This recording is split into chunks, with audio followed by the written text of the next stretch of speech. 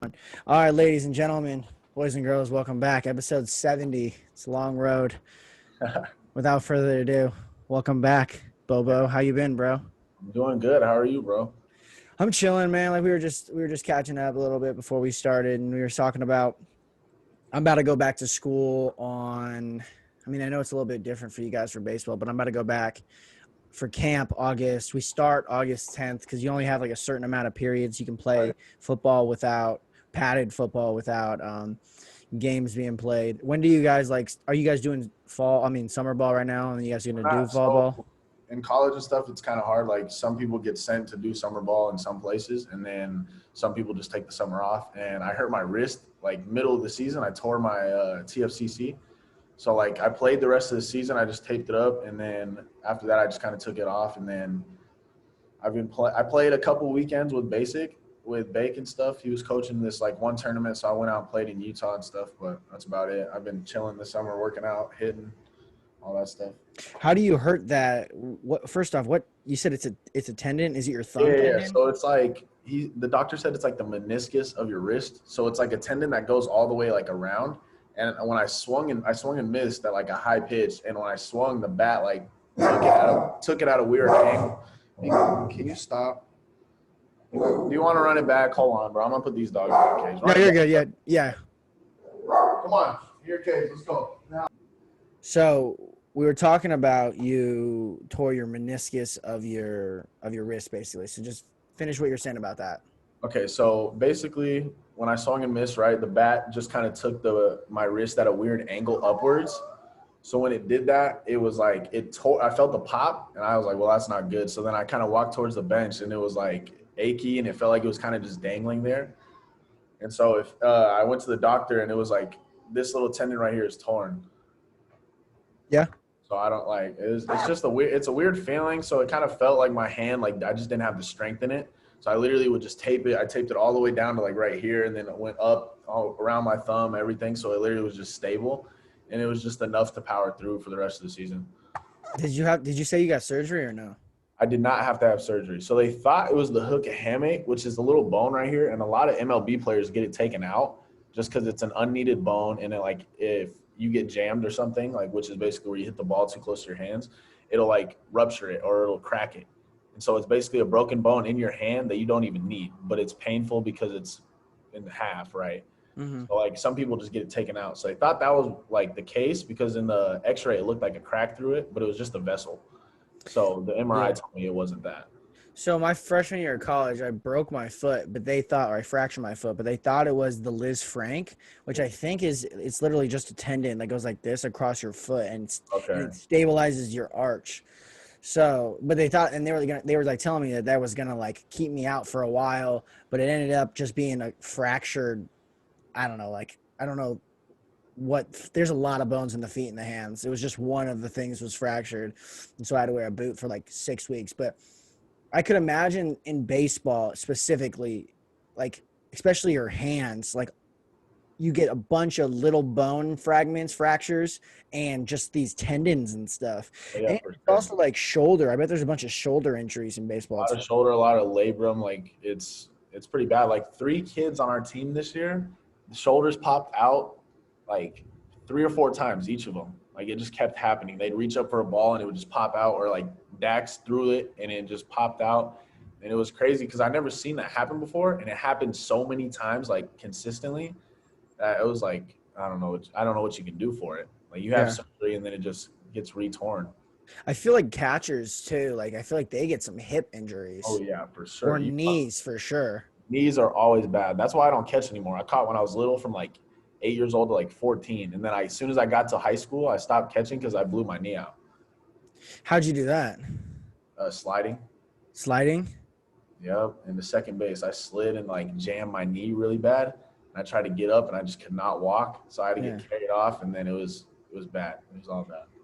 Um, it's funny how baseball there could be so many injuries in baseball because you don't really attribute baseball to be like a dangerous sport. Contact sport. Yeah. People say it's not a contact sport, right? But it's like we're going, we do things just like basketball. Like basketball is a perfect example of like a sport that your body's not used to those type of, if your body's not used to those type of like motions and like impacts on your bones and stuff, it's gonna react weird. So like every time I go and just randomly play basketball, like my knees are achy after, my ankles are hurting because I'm doing stuff that I'm not normally doing. Like baseball is just like that. It's like you're doing like a bunch of hitting, you're swinging with your legs different, you're sliding on a weird like angle. So it's like, I don't know, it's different types of things. So if you're not used to it, your body's gonna be hurting after. Yeah, we were talking about concussions last time for football. Right. Take that out of the equation. I think basketball is the hardest sport on your body just because your body's not used to jumping on flat surfaces like that for that Hard long. floor too, so it can't. Yeah. It's not good for like your ankles at all either. Yeah. How about Jack getting drafted? Shout out Jack, man. Yes. My man, Jack Wall, man, I love that dude. Yeah. But I talked to him before all this. I talked to him a couple of months ago on the podcast, and he's like, yeah, we were talking about the draft, getting drafted. Because I don't really know a lot about baseball, and I know there's like 100+ rounds or something like that, but I'm not really that familiar with what baseball, like professional baseball, besides like the major leagues. Right. So I was talking to him about, like, we were talking about Ryan, we were talking about people who've been drafted before, and I was like talking to him. I was like, he's like, yeah, it's a weird process. Like I've talked to some teams before and they just haven't been drafted. And so I don't know if he was worried about getting drafted or not. I don't specifically remember, but I know that it was like in the back of his mind, like he didn't know. And so Shout out Jack, congratulations, dude. Yeah, for sure. That's a huge. No matter what round, no matter what pick, like I bet he still got the deal that he wanted, and he's getting to play baseball for his job. So, I mean, that's pretty cool. Gotta love that. That's the goal for everybody that's playing, and there's a ton of kids that go through high school and T-ball and all that.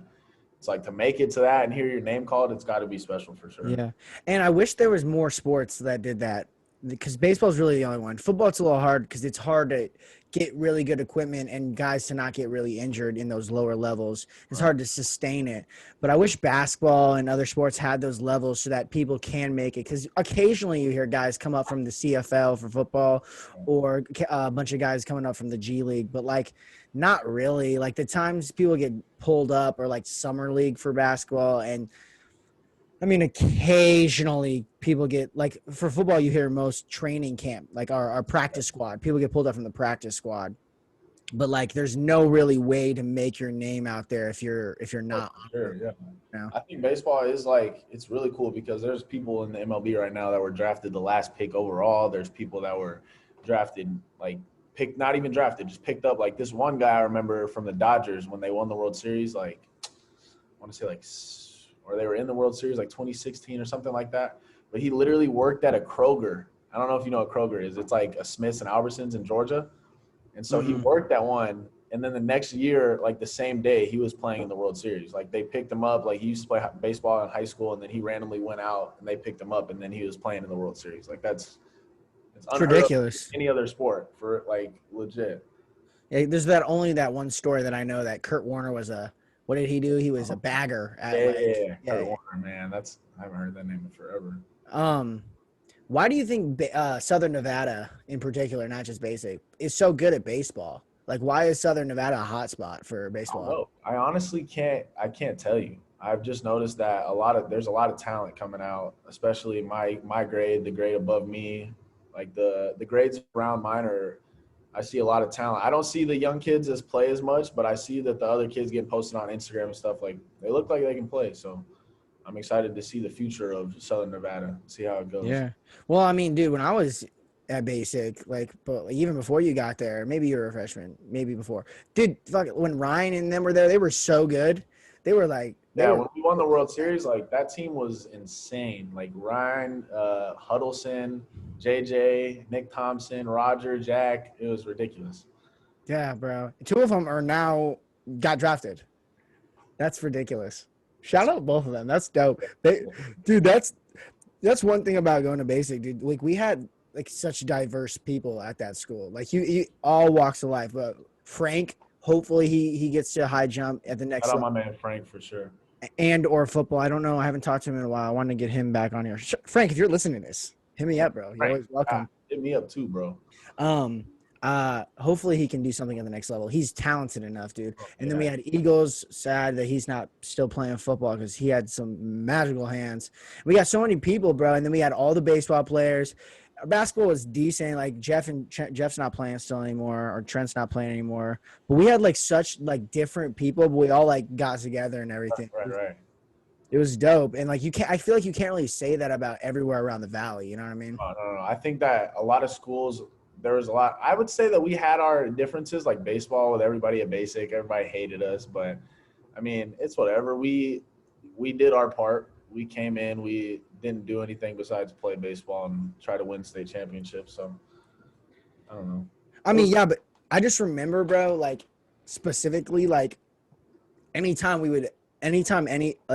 anybody was like out and we were all hanging out, like partying, we would all be like, oh, we're from basic, and we would all get along regardless of anything. I mean, people had beef. Right. I met so many people when we were out. Like everybody was just, as soon as you say you're from basic, it's either like you either give me a good vibe or you don't.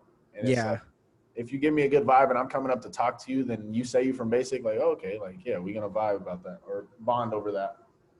So last time we were here, we were talking about, we were right in the mid of COVID. And all right, we still are, apparently. It was like the beginning of COVID, honest, or it was like kind of towards the middle. Yeah. It was winter time. So it was yeah. So it was kind of ending, the falling off of it a little bit. Well, I mean, dude, we're still right in the middle of it. But I wanted to talk to you about this for a while now. We had that long talk. This is right when the vaccine talk was happening. Right. We had that long talk about vaccines and your own personal beliefs with them. Right. What are you thinking about this vaccine? Are you going to get it? Have you gotten it? I'm not getting it. Like, there's absolutely no shot. My mom and dad have told me, like, I was terrified of shots. I hated getting shots. And so it's kind of a blessing in disguise. I'd rather not have been paralyzed, but now I'm like, they told me I'll never get another vaccine. Unless I have to do it for the MLB or something, I won't get another vaccine. Yeah, dude, I had to get, so I got my first shot, but I had to get it to go back to play football. Really? They are mandatory. I don't know if I could play. Like, I'd go somewhere else. That's a hard thing for me. Some people like I've had my own experiences. That's why my opinion is that way. So I don't have I'm not against it, but my personal self, I'm not going to do it. So, I mean, if you're listening to this and you're like, what happened in his own personal belief? Go watch the full podcast that we did, or I have a clip on my YouTube channel. But if you just want to give a little bit of a background of what happened to you. Yeah. So I got a flu shot mixed. It was a flu/Tdap shot. You got to get to go in like 8th grade, I think. And it basically infected my body, ate away my muscles. And over time, like over a week or so, it ate away everything in my legs. So it was just going up, and I would have had kidney failures if I didn't go to the hospital that night. And I probably would have died in my sleep that night. So I'm blessed to be here for sure. And then, yeah, it was a long week of trying to rebuild everything and just getting pumped with the IVs and trying to flush everything out of my system. And then once I got that, then it was kind of a rebuilding since then. It's still a rebuilding. It's hard to gain weight in my legs and stuff like that. Yeah, this vaccine's weird because it's like we're right in the middle of it, right? And so the fear is kind of there was now that this whole Delta variant's really hurting people. I know that for a fact. So I don't want to shed any light on that. But I'm saying we're right in the middle of it. And so like people, especially our age, like you'll see like the fear came at the beginning and now it's kind of fading off. And the fear will come again in 30 years. Like the way we feared polio and meningitis and things like that, right? We get those vaccines because they were so far back. Like we fear those things because we don't understand them, right? In the future with this virus, and they'll believe the vaccine more because it will take years and years to get better. People will probably be mandated to get some type of vaccine for this because when they look back, millions of people did die, Right. So people say that. But right now we're seeing people have adverse effects with the vaccine. And I mean, that's true with any vaccine. You got one with the flu/Tdap. Yeah. But we're this heightened level of social media. It shows you that like you can have instant information like this, And so if you're hesitant at all, and like there's sources you can find on people like anything, like you look up vaccination deaths, bro, you'll find things on everything, and Parts of them. And so if you're like hesitant at all, it understands why you would not want to get it. But I think at some point people are probably just it's going to be like, you're going to be like 7 and they're just going to stick you like they normally do. I feel like. I don't know. Yeah. it's kind of weird. I've been thinking about this a lot, the way that life's been going for everybody, not even just this country, not even just this continent. Literally, the entire world has been infected by this one thing. And the fact that this is going to be in the history books when you flip the 2020, 2021, and our kids are going to be learning about this is like, I don't know, it's mind boggling because this is really like a worldwide pandemic that is like a part of history forever now. Yeah, it's weird. It's most things that happen in history, like I feel like you think about it, but you think about it in that moment. You don't think about it as like they're going to be reading this one day. But with something as crazy as this, like when 9/11 happened, I mean, were you alive? You were alive, right? I was 2 days old. 2 days. That is fascinating. But we were babies, I was like almost 2. Like we were babies. And so like, but when it happened, everybody was in that moment. They weren't thinking that, oh, this is going to be read about one Right, day. exactly. But now, like we've had so much time because like this pandemic has spread over 2 years now almost. Literally. Yeah. And so like we're like, well, this is crazy because like our kids and our grandkids for sure are going to be asking us like what it was like to be like grow up during the COVID pandemic. And it's the crazy thing is too is when I talk to my grandparents and stuff that live here, I think my grandma was born in 54 or 40 something, and to like say for them to say that they've never seen anything like this before is nuts to me. Well, a lot of people were saying the last time a shutdown, a lockdown happened like this was World War II Right. because nobody knew what was going on. That's crazy to think about. Yeah. A world war is the closest thing that they've seen to this. Yeah. Well, it's like we're at World War with a virus. Virus, exactly.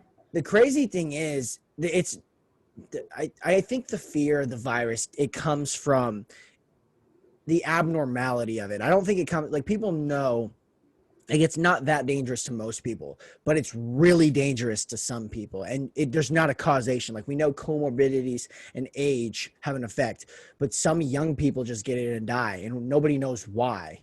And so I think that's where the scary thing comes. Do you believe it came from a lab? I think that's like 90% true now, right? Yeah, I would say it came from a lab, but what did they say? They came from like bats or something, or someone ate bats. Well, it came from a lab that was doing research on coronaviruses, is what they think. Okay. And so whether it leaked to people, which like someone got it and then it leaked, which is what I probably think happened. Far rightists believe rightists. I don't even know if that's a word. Far right people, right wing people believe that some people believe that they leaked it. China leaked it, which could be the case. China's evil, but I think what happened is they were working on it, trying to figure out how diseases work and things like that. Maybe for bioterrorism in the future, Right. but they weren't necessarily making one. And then someone got sick and it just kind of blew up. That honestly, that sounds like it could be a real thing. I feel like that's the only because the bat thing. That's why I was like, okay, people are not eating bats, and we're not getting like we don't know though. We don't know though.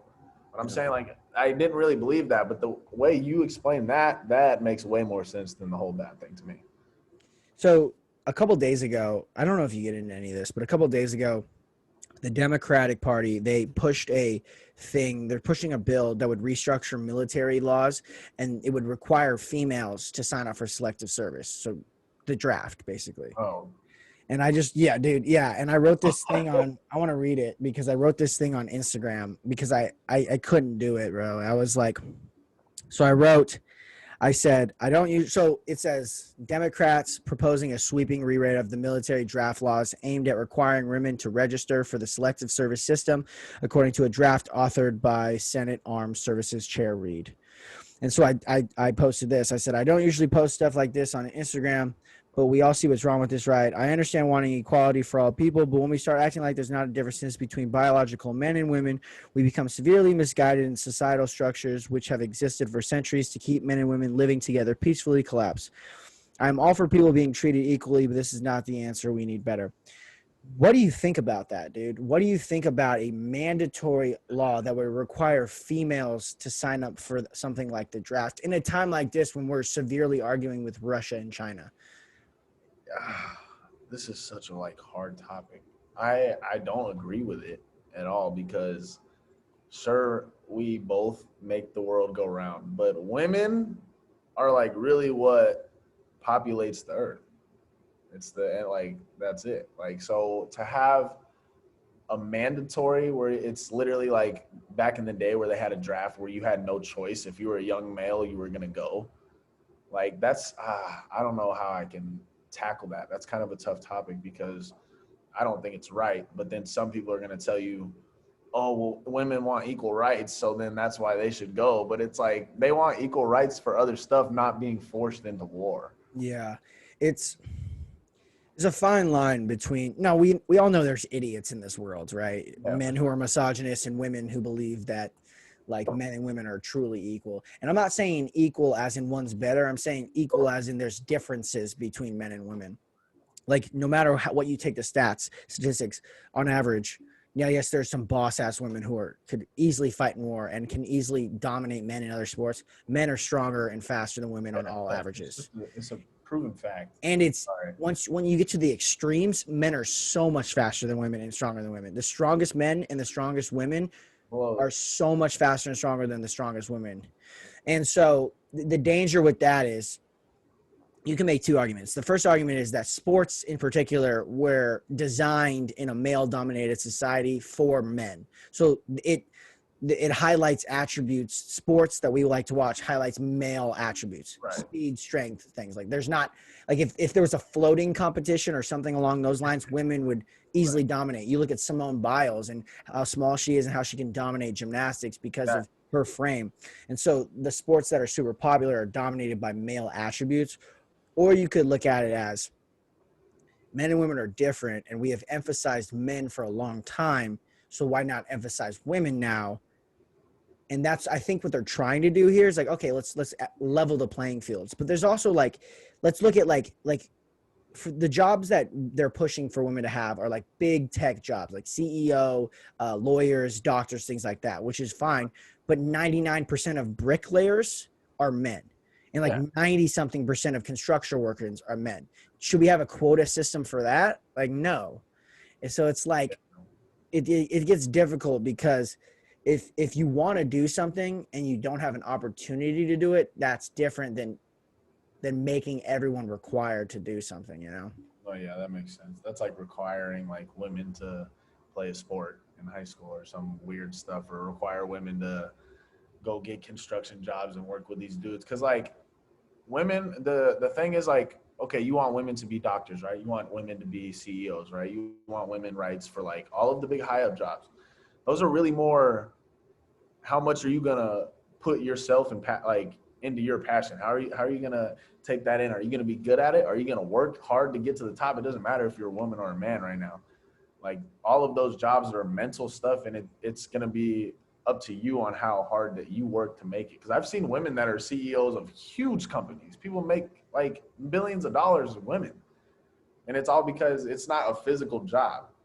Like that's the thing. Like sports, like you said, it's a male like girls aren't made to play baseball. I'm sorry. If you put a girl in the batter's box and someone's throwing 95 miles an hour, she's not going to touch it unless she works for years and years and years. So I feel what you're saying with that. I just don't think the mandatory whole draft thing for women. I can get the male, but the women, that's it honestly might hurt us in the end as a country. It's a it's a weird it's a weird area. It's a weird gray area because it's like Yeah, sure. you sound almost not you in particular, but like if you're a man and you speak on it, it's almost like talking about abortion. You sound like you shouldn't be talking, but it's Right. like, statistically speaking, whose side are you on? Like when once you start getting into like the whole trans women in sports, right? The men who became women are now competing in sports. Right. It's like the male argument isn't that they're not women even. It's that, well, it is, but it's that we're trying to defend women's sports. You know, like they're always like, "Oh, you don't like women's sports." It's like, no, do you not understand what people are trying to do? They're trying to defend women's sports because men are gonna just they're different. Yeah. It's dangerous. I think it's really dangerous when you can just ignore science. Like Right. I don't like people should be able to be treated the way they want. And if you feel like a woman in a man's body, that's fine. It's just, dude, when your testosterone's 5 times higher and your muscle atrophy is different than a women's body, there has to be a separate category. Maybe Right. there should be a co-ed category that everyone can participate in or something like that. But it just doesn't seem fair. Just having a sister myself who plays sports, it doesn't seem fair that I could put on a dress and change my gender and compete with her. I agree with that. Have you seen the guy that said he was a girl and went to wrestle? Or have you not seen that? I saw that on so I want to say it was on just like a website. I seen it was like an article about it, and this guy, trans man, he went and wrestled in like a high school wrestling. It was like girls wrestling or something like that. It was on the East Coast, and he won. And I saw that, and I was like, how bad do you have to want it to change your whole gender and puts like the girls in danger, like you said? Like imagine a guy body slamming a girl on her head. Like a girl's not gonna pick up a 150, 200 pound dude and slam him on his head. It's just not gonna happen. Yeah. So I don't know. It is dangerous. Like, yeah, I just don't agree with it at all. I Um, sorry for people listening that have opposite opinions, but that's mine. hit me up, DM me. We can argue on the podcast. No, I think there is a fine line though, because like if you talk about trans men, women to man, you know, we don't. There's not an argument against them competing with men. You Right. know, and it's just women's sports. You know, women's sports have been severely undermined for a long time now. You know, like women basketball players, it's not popular, and sorry for saying that, but it's not popular. That's why they don't make enough money. You know, like not that it's not good, it's just not popular because it hasn't been pushed. Right. Same thing with women's soccer. Our women's soccer team is very good. You know, but so why isn't there a women's volleyball league? There should be. I'd watch that. I would too. Like, I think there is in the Olympics, but that's it. But it's like, you know, we do men's sports have males in general have dominated. It's just we're trying now. There has to be a fine line to protect. There has to be a fine line to protect women's sports. Um, Women in general, like they're starting to call mothers birthing people. It's like, bro. Using them for it. It's rude. It's like, yeah, but you can't just. That's like calling us what? What would you Well, call I don't really it? care. I don't really care what they call us. It's just like, bro, like mother is like we call the earth a mother. Like mother has a good connotation. What they're trying to argue is that men can have babies, but men can't have babies. Birth, like mothers, no matter what, no matter who you are, you can justify and you can like love a mother, the figure of what a mother is. Right. And so people, it's just a hard area, man. And I'm starting to talk about it more because it kind of pisses me off. Before I was silencing and I was like, I'm not going to talk about it because I don't want people to yell at me. But I've been yelled at enough for things that I don't say anymore. So I'm just like, fuck it, dude. Like, this needs to be talked about between people who are rational, because I feel like what's dominating is these sociopathic idiots on like TikTok who just rant and on both sides, and they just don't have any logic to their or rationality to their argument. And actually, I take that back. They don't have any morality. They have a lot of rationality. They rationalize their evil mindsets through whatever they want. And so I think it's time for people to start talking about this shit, because we can't have Laurel Hubbard, a man who trained as a male weightlifter, in the women's Olympics. We can't have that, dude. Like, That's ridiculous. yeah. But back to you, man. How you been doing? You said you've been rapping a lot. How's that been going? It's been going good. I mean, I haven't been dropping as much. So I dropped last year. I dropped the album in July. Then I dropped the song in September. Then I dropped the song in December. And I dropped another song in January. And then I just kind of let it go. I wanted to see like what people were saying. I wanted to get feedback. I wanted to see if my name would get out there a little bit. And it's honestly been cool. I've meeting a lot of people that actually know my music and I don't even know them. We were playing against an Idaho team and kid slid into second base, and he asked me, he's like, "You're Bigg Bo?" He's like, "I didn't know that." And I was like, "There's no way that you know that." He's like, "Yeah, everybody likes your music out there." So it's kind of cool, man. I've been just kind of enjoying it. I was really focused on season at CSN, so I really wasn't. I was making music, but I wasn't putting anything out because when I put things out, I'm stressed about the release date, if it's gonna put out in time, like all this other stuff. So just kind of put it on the side or put it on hold, and then now I'm getting back after it. I've been recording a lot, so working on an album or something like that. Yeah, dude, I understand that, dude. When it's football season, like I try to get as much podcast as I can, but it's like you can't be stressed about both, bro. And especially add school on top of it. It makes your mind way too like heavy, you know? You have to play every game really good because you got a spot. There's 40 other guys there, so you have to play good and you have to show out every game, or someone can take your spot like nothing. Literally, dude, and everyone's itching at you too, you know? Especially if they're on the bench, they're just waiting for that time to need to mess Yeah. up or something like that. Have you found people not that they resent you, but they have things to say because they're like, oh, you get to start and you make music and all this stuff, you know what I mean? Um, no, honestly, I would say that this year the family that we had on that team was ridiculous. Everybody supported my music like nobody else I've ever met. People at Basic didn't really support it. They would always talk behind my back about it and never really tell me that their opinion. If it's bad, tell me it's bad or just don't listen to it. You don't have to tell me it's good to my face and then go tell somebody else opposite. Like I don't really like that. So I was wondering how it was gonna go because I knew that people were gonna be like, "Oh, he's a rapper. He's coming into our program. Like we're gonna clown him." But by the time I'd probably say a month or two in, I started showing people music on my team, and they were all behind me, pushing it with me. They're posting videos, like you said. Pomai posted me on his stuff, but you saw it.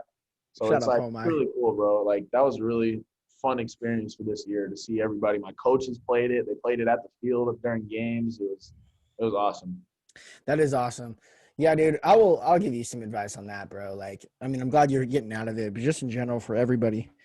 Bro, people are gonna hate, and more people are gonna hate when you start something than they hate when you don't start something because you have something that people want, and it's enthusiasm and creativity. Really, is what it is. Um, I was talking maybe with you. I don't know. I some these conversations tend to mold together Yeah, sometimes, but I was like, like once I turned my Instagram into my podcast page, one, my followers skyrocketed, and two, um,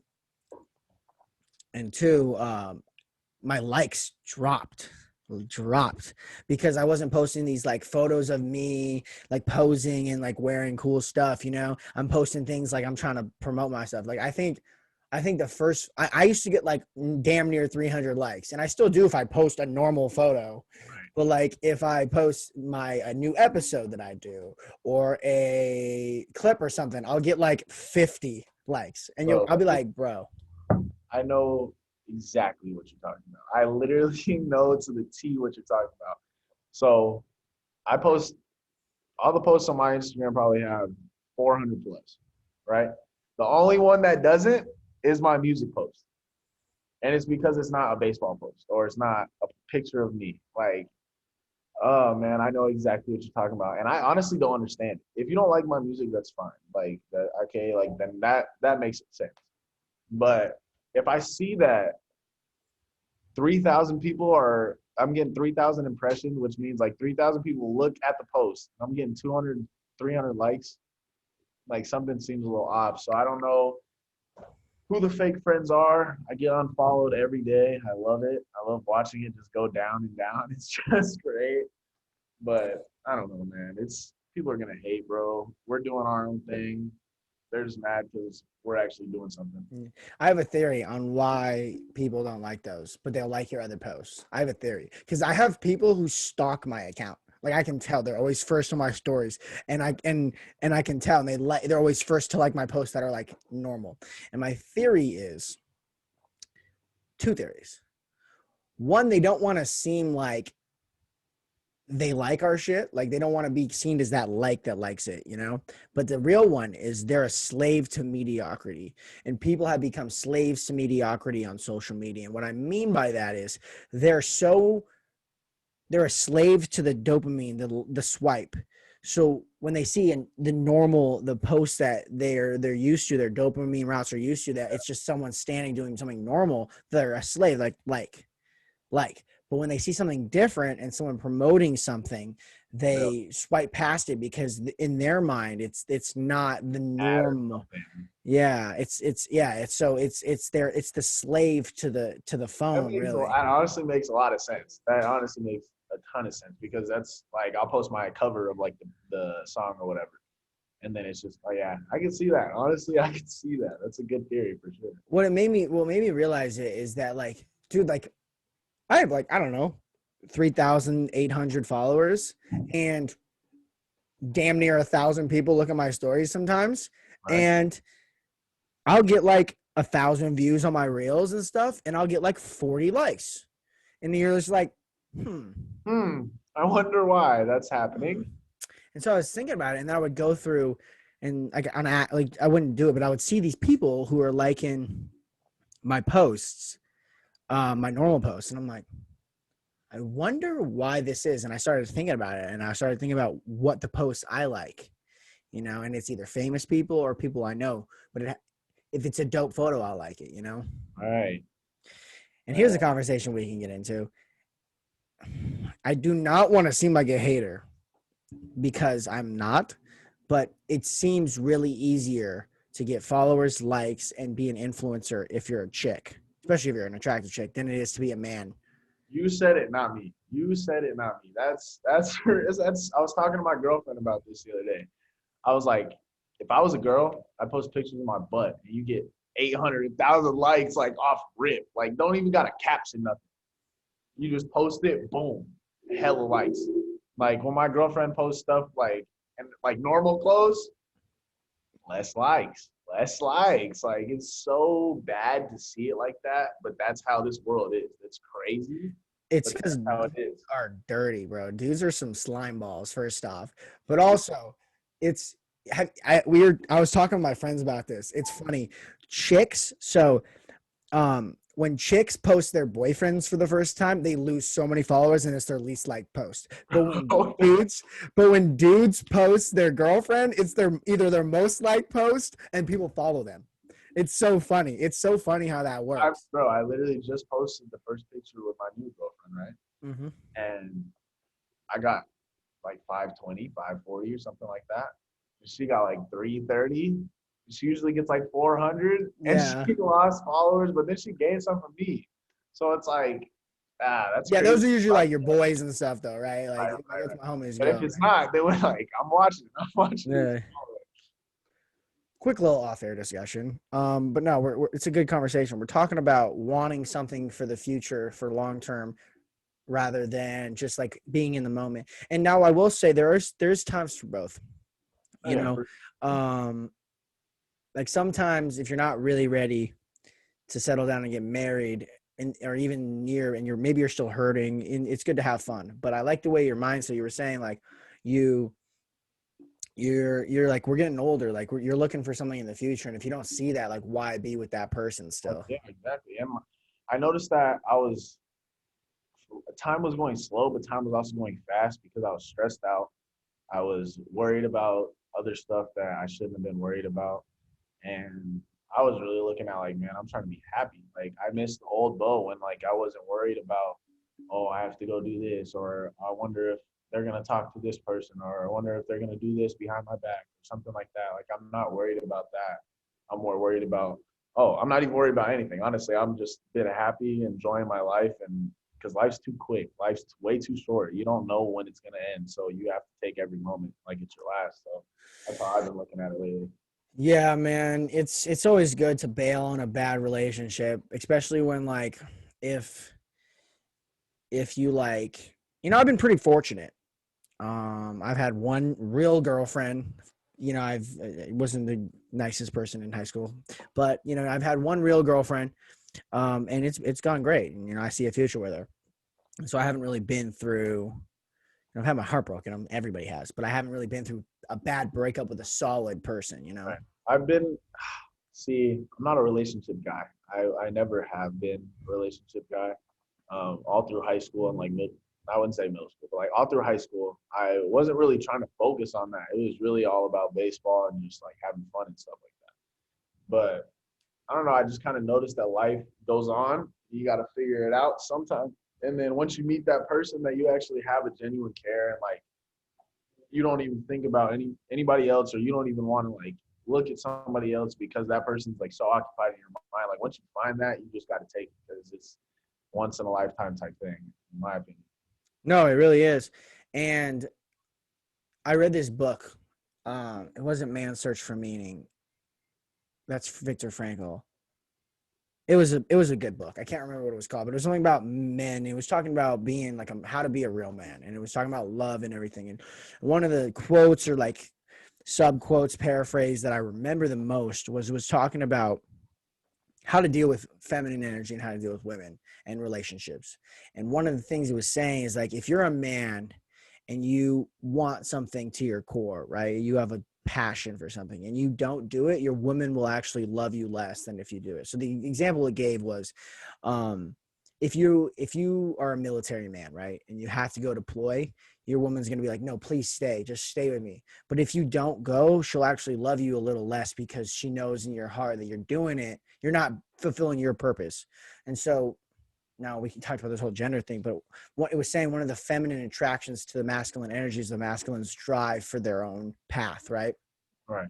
And so I was that always stuck with me. And then I was watching TikToks occasionally. I just, I'm scrolling and I just saw a TikTok and it was like the guy was like, why is all this stuff happening with all these women being like almost sleuters and things like that, like why is it, and like why are people ranting about men? And it's because, and it was like he blamed men, but he blamed men in a good way. He said it's because men are spending too much time liking these girls' bodies on Instagram, watching ass shake instead of fulfilling their drive and their purpose and focusing on their own grind. And I actually believe that, I feel like a lot of this would mellow out if men were actually men and they stood up for what they believed in, and we shut everybody else up and we're like, no, I'm going to do this. We're going to, and I feel like a lot of men aren't following their desires right now. And they're getting trapped in these jerk off loops with these ass shaking.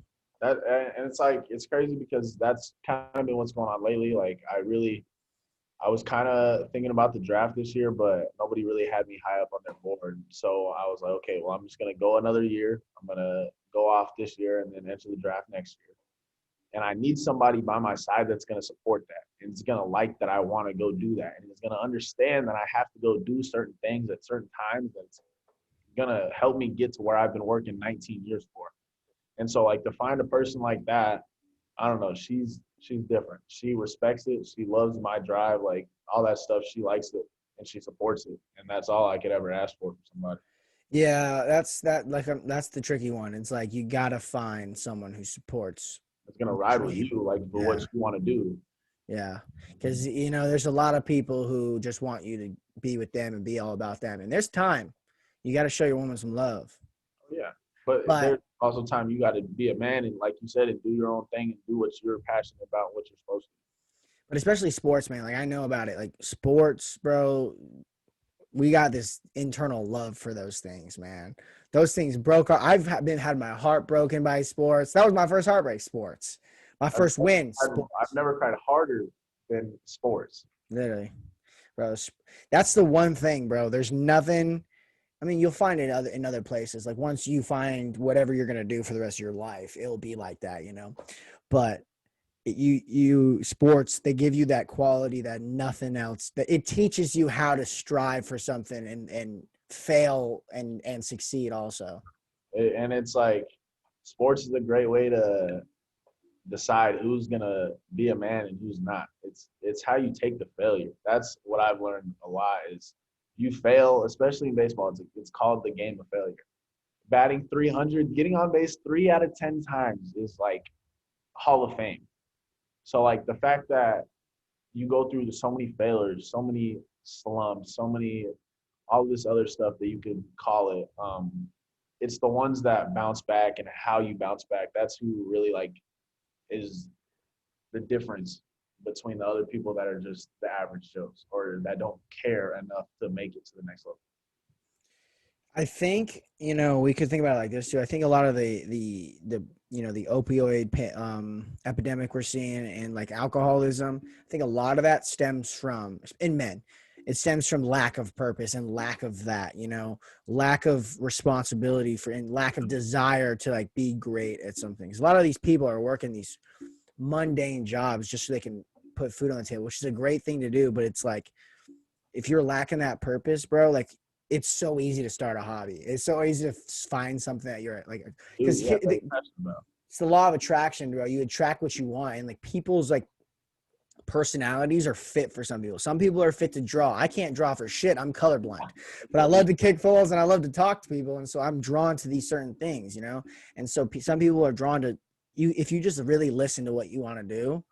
Like if you're sitting there and at night or you're at work and you like write down things and in the meetings you're drawing and they're like perfect pictures, that's your body wanting to be creative. It's like people are like, oh, I don't know what I do. And then they have like beautiful murals painted. It's like, bro, I think you know what you want to do. You just haven't given yourself the time to do it.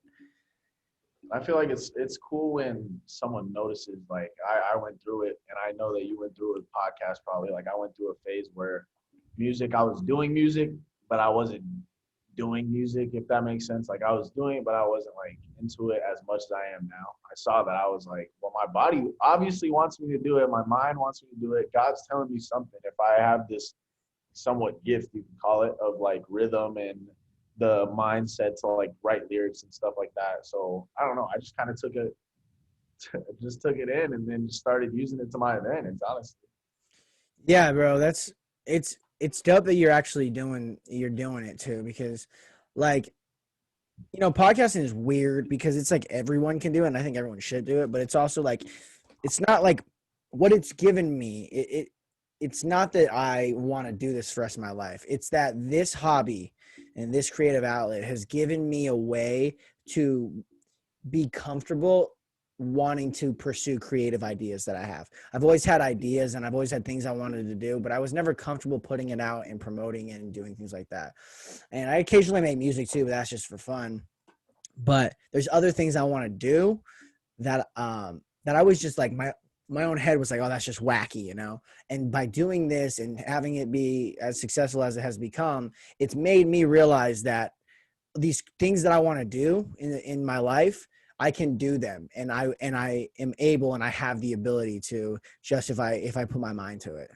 yeah, and it's kind of corny, and people are like, "Oh, you can do whatever like you put your mind to." But my mom always says it: where you put it in the air, you think about it in a positive way. Like, don't say if I'm gonna do it. Like, say when I'm gonna do it, or say I'm gonna do it, or I'm going to get this car. I'm gonna get this type of money. I'm gonna be happy in the future. If you say it and you put it into words and put it in the air, it'll happen. If you say, or if you even like a picture, like vision boards, people do that all the time. That's a perfect example. So like, I used to put a picture of like a Challenger, like a Hellcat, right above my bed, and every night I'd go to bed looking at it. And it's like that's something I want, and I'm gonna get there. It's just got to take time, and I got to visualize it, or it's not gonna happen. If you visualize yourself being average, that's what's gonna happen most likely, because you're Yeah. not expecting anything. You have to have expectations for yourself. Yeah, isn't that's the hardest one, I don't know if you watch any Jordan Peterson, but he always says care for yourself like you would care for a loved one. And it's like if your loved one is like wasting away on the couch, like you would yell at them and be like, bro, come on, you got so much potential. But we lack that ability a lot of the times to do it for ourselves. One of our strongest critics always is our own internal brain. And it's like, if you could just shut that brain off for even an hour, how productive could you be? When I'm in baseball and stuff, I'm never thinking about that. Never thinking about that type of I'm stressed about this, or like what am I gonna do? Like worried about, oh, I can't do this or something like that. And baseball, I'm locked in. That's what I'm Yeah. doing for the next 2, 3, 4 hours. And then after that, that's kind of when my mind starts running and I don't know what to think about. And Yeah. it's stressful. And that's why I always talked about like unknown demons and mental demons and stuff like that, because that's really like what it is. Yeah. all that stress that randomly takes over you and you start worrying. Like I'm getting a tattoo in a couple of days, and as soon as I think about it, I freak out because I've never gotten one. I'm terrified of needles, so I like freak out. But if I could just turn that off, man, I wish I had a switch or something. Bro, we all do, man. Yeah. That's funny that you bring that up about baseball because I feel like that's everybody with sports. It's like the Of course. moment leading up to the sports, the game. Uh, You're like, and then it's like, oh, you're in the flow. And then uh, right after, you have like there's like a grace period. There's like a grace period, and then it's like boom, and you're like, fuck. you hit it, and you're like, Yeah, oh, I don't know what to do. No, yeah, yeah, I love it. That's why I play sports too. That's baseball is an escape. I yeah. talked to my coaches about it. I went through a lot of tough stuff at I wouldn't say at home, but just in my life in general, and a lot of mental things probably during the year and stuff. So I was talking to my coaches throughout the year, and he was just telling me I got to worry really about myself, and I just got to take this time at the field. Whenever I'm at the field, whatever that I was worrying about yesterday, right before this, 5 minutes before the game, I can't worry about that stuff because these 2 hours, nobody's gonna get on me. No one's gonna yell at me. I don't have to stress about my family. I don't have to stress about my girlfriend. None of that. Like that's my escape. That's literally my like little room. I crawl into at night and just sit there. Yeah, dude. There's nothing more not relaxing, but more mind. I guess lifting weights is kind of the same way, but like you just literally are like here the whole time. And like, yeah, they have your moments of anxiety and stuff, but you don't think about it. You're like, you feel it and then you do it. And I was talking to a professional skydiver a couple of days ago. Maybe he does it for sport, and so they have this thing called swooping where they like go super fast and then they like skate like across the water basically. And I was talking to him about like I was like, how do you like, because like you get anxiety when you're about to shoot an end game free throw or you're about to kick a field goal at the end of the game, right? But I would shit myself jumping out of the plane trying to do like tricks and shit. And I was like, how do you like stay calm in those situations? And he was like, sometimes like you do have to just like have a safe landing. Like sometimes you literally cannot, Panic. you literally cannot like, you can't always score, he's Right, like, right. but he's like, because of that level, it's like we do it so often, like some of the coolest things get to be done because of that, level of anxiety. And it was just like fascinating to hear this skydiver, and like, it's literally a sport. Like he acts like the way he loves it, the way he's talking about it. It's literally like how we talk about football or baseball. That's Fascinating. that is fascinating. That's crazy. Never heard from a skydiver before. Bro, that's the number one reason why I love doing this. It's because I get to talk to everybody from all walks of life. And people always like I had my friend Bobby Ulrich, who's a stand-up comedian on. I had him on. It was my last episode. I can't remember when I did. I think I did it on Saturday. But he maybe Friday. I don't remember. It was posted on Saturday. He was asking me like how I get my guests on, and I was like, I just DM people. Like, I don't know. And he was just like he like, not that he looked at me like crazy. He was like, what? Like, you just like randomly reach out to people? I'm like, yeah. Most people don't hit me back. I would say I hit up a lot of people a day, but when they do, I get to talk to a skydiver, or I've talked to virologists. I've talked to cancer biologists. I've talked to people who study Alzheimer's. I've talked to all these just cool ass people. I've talked to professional boxers. It's like, and then you sit here and like, it's like they have so much influence on my life now, and I haven't even met half of them. It's crazy. It's really crazy. That is cool, honestly. I'm gonna see.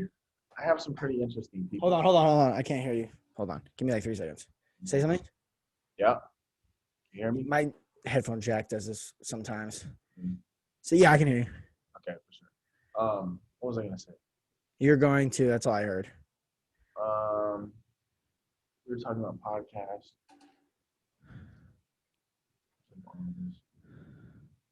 Oh yeah. I was just gonna see like I have people that have been drafted that this year from CSN, and I guarantee that they want to be on this podcast. Like this one kid that went to the Blue Jays, he hit the most home runs in the whole junior college, like in the nation. Yeah, he hit 26 home runs this year. He was 5 under Bryce Harper's that's crazy. record. and he's unreal. He's a super cool dude. He's born in Venezuela, moved to Canada, played for Team. Like he would be an awesome guy to talk to. So if you want, I'll text him and let you. Yeah, bro, that'd be awesome. Yeah, dude, and that's the cool thing about life too, is like you meet these people. It's just like one thing that this has taught me is that like take advantage of those opportunities and talk to these people, bro. Everybody is fascinating. Everybody's different. Yeah, literally. Like, and you tend to forget that, dude. Like everyone has had a story and everyone's a person. Yeah, it is nuts to think about it because you're so caught up in like everything that's going on in your life, and it's hard not to be caught up because there is a lot going on. But everybody is different. It's insane. Like networking with music and stuff. I've met so many people that they talk different. Their like routine is an opposite of what I usually do in a day. Where they go or where they live, like stuff like that, or where they're from. Everybody's different, and it's honestly cool because this world's full of how many people? Like billions. Yeah. Like that's crazy to think about. And the craziest thing about it all is that like if you really just like allow yourself to be human and allow yourself to love other humans and learn from other humans, dude, you could like you're like it. I've changed so much, and I would say I've matured so much just from talking to all these people for hour plus, literally just from doing that. And the coolest thing that I've found is that we were talking about haters earlier. The hate does not come from other creators, like other people who are doing something for themselves. Always come now. Okay, arguments happen with those people, Yeah, for sure. but lower debates. But you don't get hated on for grinding if someone else is grinding as well. Like people notice how hard it actually is, and people see like music. Every rapper I meet, either their music's bad or not. Like I'll still be like, okay, I see that you're grinding. I'm gonna give you my opinion if it's good or not. But I see that you're grinding. Like if you have a passion to get in the studio, find money to pay for the studio time, and then write a song to a beat, find a beat, all that stuff, and then take the time to go record it. Like I'm already tipping my hat to you because you're trying to better yourself, honestly, and that's what I look for in people because that's good energy. Well, man, we're an hour plus into this, and I think that's a good way to end it. It's always a pleasure talking to you. Oh yeah, for sure, bro. I appreciate you having me on. Yeah, bro. Anytime, man. It's really cool catching up with everybody, and the way that we can just talk for an hour plus and just like flow. It's dope, dude. So just anytime, bro, you want to come back on, just let me know. Okay, I will for sure. CSN this year though, number 28. Yeah. Watch me, man. I'm gonna go crazy, and I think fans are coming back. So if you want to come, let me know. I will well, actually, I might be down here because I have to go back to play football for my last year in Oregon, but I might be back for spring, especially like a spring break or something. So I definitely will catch the game. For sure, bro. Stay up, bro. Continue grinding on your music. Continue doing all that stuff and hit me up. All right, bro? Much love. You keep grinding on your stuff. Yeah, bro.